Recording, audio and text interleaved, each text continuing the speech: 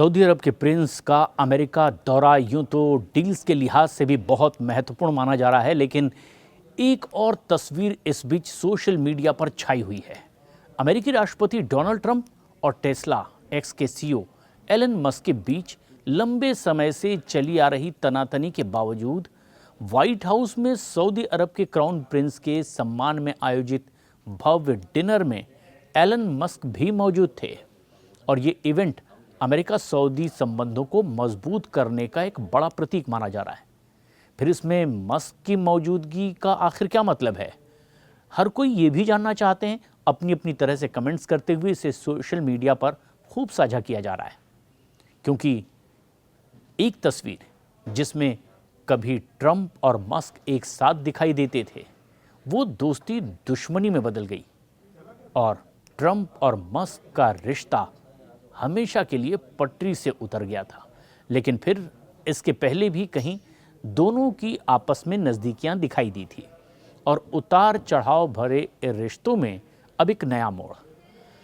वैसे साल 2016 के राष्ट्रपति चुनाव से पहले मस्क ट्रंप के समर्थक थे, लेकिन जल्दी दोनों में मतभेद हो गया।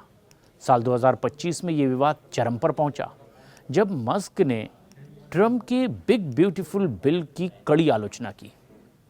मई 2025 में मस्क ने व्हाइट हाउस छोड़ दिया और दोनों के बीच में सार्वजनिक तकरार शुरू हो गई। मस्क ने ट्रंप को ओवरटेक करने के लिए कह डाला, जबकि ट्रंप ने मस्क की कंपनी पर सब्सिडी कटौती की धमकी दे दी। बावजूद इसके ट्रंप की पार्टी में मस्क आखिर अब क्यों नजर आ रहे हैं, ये बड़ा सवाल है।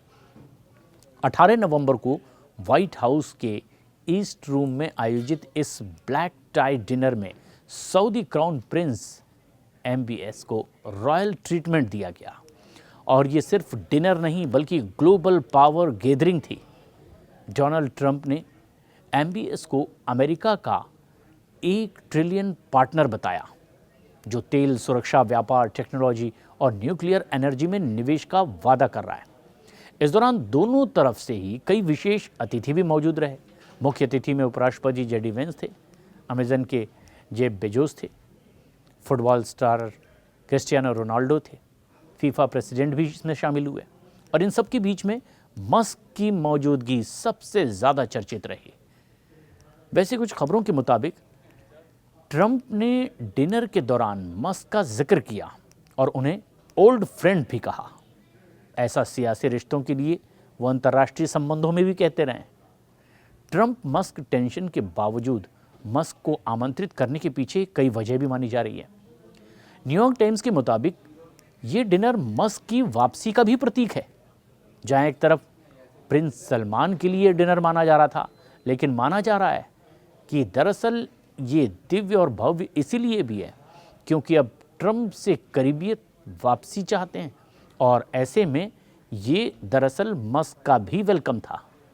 इसके अलावा सऊदी अरब ने टेस्ला और AI में 40 बिलियन से ज़्यादा का निवेश किया है और ये भी मस्क के पहुंचने की वजह हो सकती है। मोहम्मद बिन सलमान के टेक और AI में रुचि रखते हैं और मस्क का कहना होगा कि इन सौदों को मजबूत करना है।